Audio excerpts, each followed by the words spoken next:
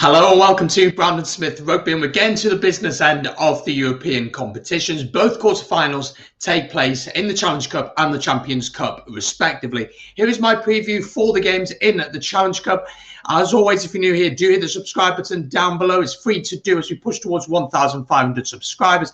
And of course, keep your eyes on the channel over the weekend as we'll be doing lots of watch-alongs. Right, let's get straight into the preview. So starting with Friday night, it kicks off with Bath hosting London Irish, 8 p.m. down at the Rec. This will kick off a wonderful weekend of European rugby. To get here, Bath beat Zebra 27-35 out in Italy last week to reach the quarterfinals, while London Irish dramatically came back to beat the Cardiff Blues 41 points to 35.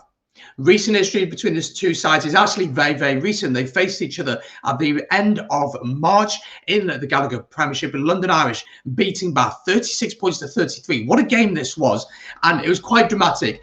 Danny Loader got 2 tries in this one. Charlie Hughes and Tom Dunn were sent off for Bath in this game. There was so much drama in this one. Both teams have been announced. They'll be on your screen now. We'll take a look at the home side first of all. There were 6 changes to the side, and we see, of course, Cameron Redpath comes back into the starting 15 after a spell on the sidelines with injury. You have Jonathan Joseph alongside him in the centre. Rory McConaughey returns after missing the trip to Italy as well. Charlie Hughes also returns following a 1-week suspension as well. And the other 2 changes are Josh Bayliss and Zach Mercer are back into the squad. For London Irish, this is how they line up.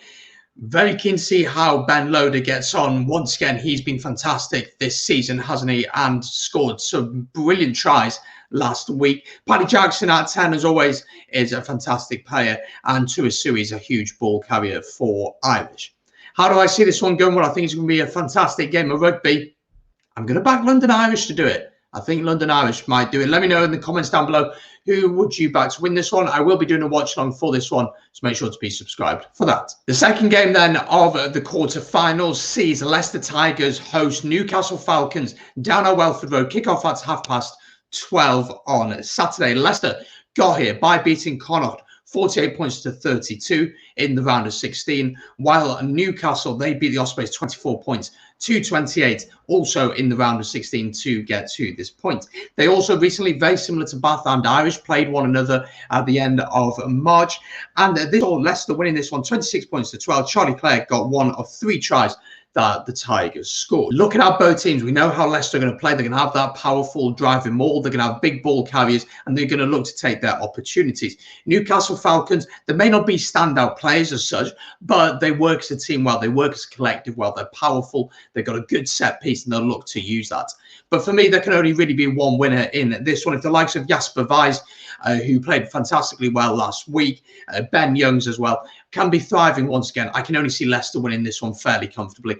I'm going to back Leicester Tigers to win this one by 10+ points. Leicester and Newcastle fans, let me know your predictions in the comments down below. 2 games kick off at 8 p.m. on the Saturday night. The first one is Montpellier against Benetton. Montpellier got hit by beating Glasgow Warriors 26-21. Also a red card for Glasgow Warriors made their game that little bit easier. Benetton beat Agen 29 points to 16. Domestically, both teams have very much struggled this season. Montpellier currently sit 11th in the top 14, while Benetton actually finished bottom of Conference B of the Pro 14. 0 wins, only 1 draw. Key players for Montpellier, you say, are Boutier at fullback. He's a very accomplished fullback and got a brilliant try last week. Lazowski at 10 keeps the game ticking and also has a brilliant boot, and he was key to their success last week. And of course, the very, very experienced hooker that is Guerrado. For Benetton, you have to say that Monte Ione has been a shining light for Italy over the course of the Six Nations and for Benetton throughout the season. And of course, Paolo Galbisi at 10, very exciting young fly half. He's inexperienced, he needs a bit of time, but he's very, very exciting. I think this is going to be a fascinating one, and I'm really struggling to pick a side. I do think that Montpellier are favourites to go into this one, but I am going to back Benetton to get the job done. I was impressed by them against Agen, and although their record in the Pro 14 has not been great, they have shown a lot of good signs and a lot of positivity. So I'm going to back Benetton to get the job done by 3 points in this one. As always, let me know your thoughts in the comments down below. And then the final game of the quarter-final season, Northampton Saints host Ulster. Once again, this is kicking off at 8 p.m. We'll be doing a watch along for that one on the channel. Northampton dramatically beat the Dragons last week. What a game this was. 39 points to 43. This was an insane game of rugby. And oh my word, the drama in this game is why we love rugby, isn't it? Ulster, on the other hand, absolutely smashed Harlequins, 21 points to 57 down at the Stoop.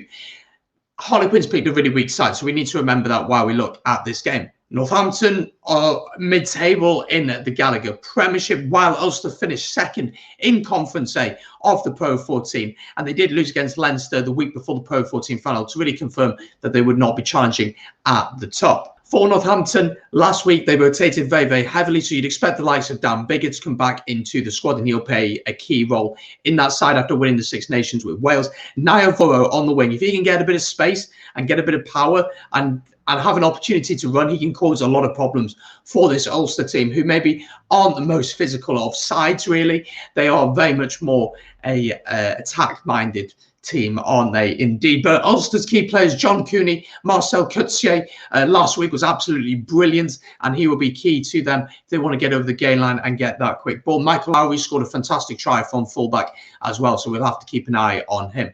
I think it's going to be a fascinating battle. I'm going to back Ulster to do it. I'm going to back the Pro 14 side to do it. I just think they've got a little bit more in attack. I think they're going to do it by 5 points, but I think it's going to be a great game. Reminder, watch along on the channel for that. But there we go. That's my preview for the Challenge Cup quarter-finals. As always, if you have enjoyed, make sure to subscribe down below. Pushing towards 1,500 subs. It's free to do, so hit the subscribe button, turn the notification bell on, like the video, and of course, get your predictions for the weekend's action in the comments down below. There'll be a Champions Cup preview out on the channel very, very shortly, so stick around for that. Thank you very much for watching. Enjoy the rugby over the weekend, and I'll see you soon. Peace.